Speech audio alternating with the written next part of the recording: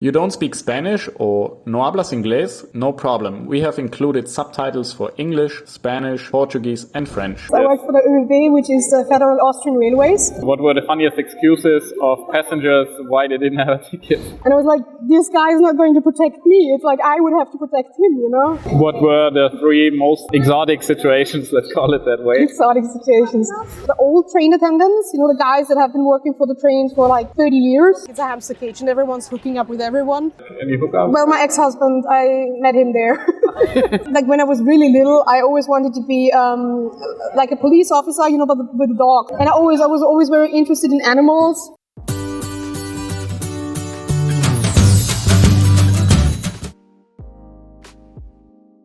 Hello Sandra, welcome to Getting to Know Humanity. Thank you very much for taking part in this project. First of all, we're gonna start with a lightning round. Okay. Introvert or extrovert? Extrovert. Eggs or chocolate? Cat or dog? Cat. And both actually. Big city or small town life? Big city. Friends with benefit or stable relation? Stable relation. Hawaii or Alaska? Hawaii. Backpacking or hotel? Backpacking. And the last one, living forever or being able to teleport yourself? Being able to teleport myself. Alright, thank you very much for the lightning round. Now Sandra, can you introduce yourself really quick for the viewers who don't know you? Yes, so my name is Sandra, I'm 33 years old. I was born and raised in Vienna, and except for 1 year I always lived here. I work as a junior executive assistant for a little biotech company, and I discovered couchsurfing like a few years ago after I got divorced, and I just realized I really love meeting people, and couchsurfing is perfect for that. You told me in the preview of the interview that you used to work as a train conductor. Yes, I work for the ÖBB, which is the Federal Austrian Railways. I worked there from 21 to 24, and it was my first proper job. Like after I returned from London, I started working there. Personally, it helped me to develop a lot, because if you're like involved with strange people every day, like especially if you work in customer service, you really you need to stand up for yourself, because there will always be people who try to talk you down or call you names, whatever. And it was very interesting to see, you know, because I'm the kind of person, I think it's important to appreciate people for what they are doing. I would never touch someone who's working as a cleaning lady or or prostitutes or whatever, some jobs which are not considered as good according to society. So for me, it was really interesting to see that people get really aggressive, because I just did my job, I checked for tickets, for example. I was also responsible for safety issues on board. I mean, you do have funny occasions as well. I remember I was 21 back then, and I kicked the guy out of the train because he didn't have a ticket. And he started cursing at me. He was like, "You're a bitter old lady." And I was like, "I'm 21. I'm not old. Is it time for the cream or whatever?" It's very strange. If someone becomes aggressive, as you mentioned, what happens then? Because are there colleagues who could protect you or could help you? I have to say, over the time it got really bad. In the beginning it was okay, but over time people got really aggressive. I don't know what it is about people, but everyone's really so sure of themselves and feel entitled to everything. In the end they actually sent security people with us, which would be funny sometimes too, because once they sent me a guy who was one head shorter than me, and I was like, this guy is not going to protect me. It's I would have to protect him, So yeah, but usually, especially when you're a woman, you're lucky because other passengers will help you. What were the three most exotic situations, let's call it that way? Exotic situations. I think the first time I wrote someone a ticket, because they got really aggressive too, and they called me all the names in the world there, and I got aggressive too, so I started yelling at him from across the platform. I was like, "You go to hell, you'll pay for this," and blah, blah, blah. And afterwards I had to call my boss and tell him, because whenever there's an incident, you have to record it, And I told him about it, and he was like, "Yeah, you handled the situation very well, but please, next time, just don't yell at them, don't call them names, And another thing that was very memorable to me was the old train attendants, the guys that have been working for the trains for 30 years. And it's so funny, because they're guys who are around 50, and they just gossip, worse than every teenager girl you will ever meet, And it's just so entertaining when you see it, and it's of course, they don't have anything else to do, but still, a guy around 50 you wouldn't think they would gossip that much, And for the third occasion, I think it was just a combination actually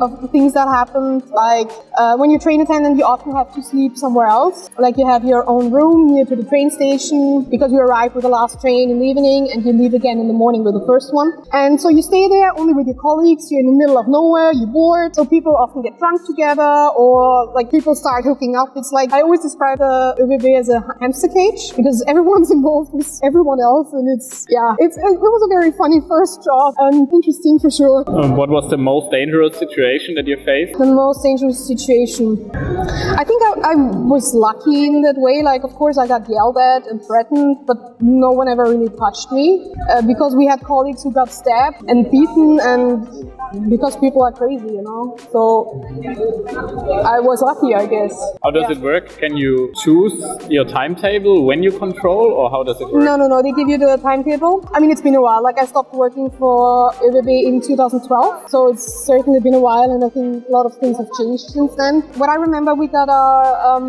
working times 1 month in advance. And it was always for 1 month. Yeah, like, of course, you work on the weekends, you work on holidays. It's like, you lose a lot of friends, let's say it like this, because people will invite you and then you're always like, no, I'm working. And then they will stop asking, of course. And it's, yeah. And also when you're off, you don't even want to go anywhere because you're traveling all the time for work. So you don't really feel like going out when you're off and just enjoy being home in your pajamas doing nothing.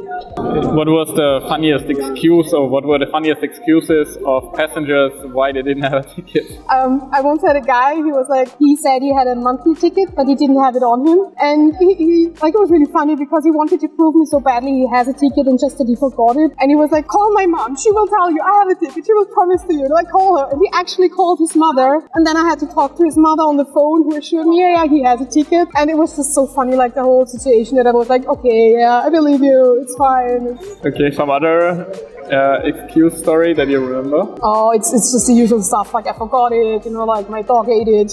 Like the same excuses you probably give your teachers at school when you forget your homework.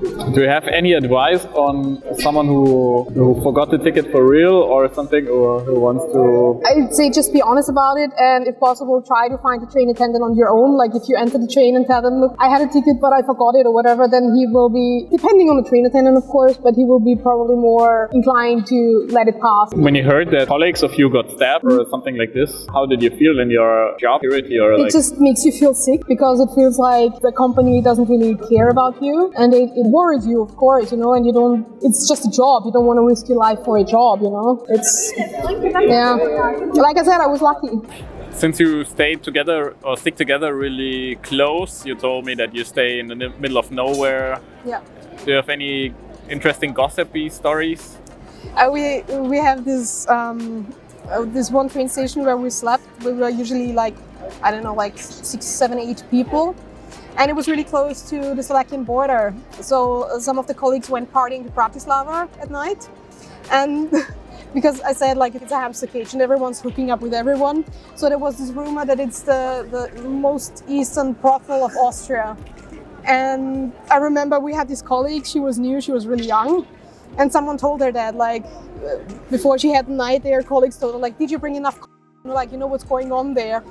And she got so intimidated that she actually booked a hotel room for the night because she just didn't want to deal with that. And it was just so funny. That's what I was thinking. Okay, but Inventory so that's when I read that. have you been involved to any of any hookups? Well, my ex-husband, I met him there.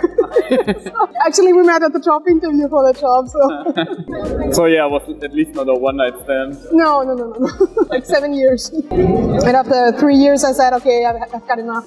I started working at the airport, which wasn't the smartest idea because actually I was done with working shifts. But still, I always wanted to work at the airport because I love to travel. And I just was ground staff, so I did the check-in and boarding. I was there for only 6 months because in the end, I just started yelling at passengers because I was tired, I was fed up, I was just done with the whole thing. When you were a child, could you have ever imagined that you would work as a train conductor sometime? No, actually, like when I was really little, I always wanted to be like a police officer, you know, but with dogs. And I was always very interested in animals. But the problem is I'm allergic to basically everything with fur. So that didn't work out, obviously. Then, I don't know, like the only plan I had in school actually was to move to London. which I did. And then I came back and was like, okay, so that's that. What now? You know, like I'd say I planned nothing of my life. You know, it's just like what happened on the way. And I kind of like it this way because I don't know, like the things I've experienced, I wouldn't have done that like if I had a plan, you know, like because some people grow up and be like, okay, if I grow up, I want to be a doctor. And then they become a doctor and that's all they ever know. And I think like if you think about the people or just experiences I had, it's just amazing. How did you find the job so fast? Yeah, well at least I never had a problem to find a job. So how did you find it so fast? I just saw that they're looking for someone and 2 former classmates of mine had worked there. So I just tried and applied and yeah, I was lucky because the boss there, like we really got along really well right from the beginning. And he gave me a chance, like I never had worked in an office before and he was like, yeah, she can do it, she's good for this job. And he was true, like he was right, like I was there for 6 years. And it was, the colleagues just made it all work, you know, like it was a small little team and I was always very lucky with my boss and like, no matter where I worked, like I always had a great boss. All right. Yeah. Another question I forgot. Do you have a book that you can recommend? A book I can recommend. One of my favorite books is 19 Minutes by Jodi Picoult, and it's about a high school shooting, and it's about what led to the shooting. And to me, I really like this book because I was bullied at school. I like the book because you can really like you really feel for the main character, like the guy who's shooting the people, you know. And if you read about like what happened to him, you're like, yeah, I get it. Like I know why he did it, you know. And not necessarily that I would do it myself, but it's just like you get it, you know. And I like these kind of books which make you think and like put you into a perspective which you usually wouldn't have. My last question. Yeah. What do you think all humans have in common? All humans have it in common that they're selfish. Okay. In a way. Like, I know selfish always has this kind of negative association, but if you think about it, you need to be selfish at times just to survive. So in my eyes, it's not necessarily something bad. All right. Thank you very much, Sandra, for the interview. Thank you. And wish you all the best and maybe see you later in some other next part. Thank you. Thank you so much for watching this video and for your support. It really means a lot to me. Thank you so much.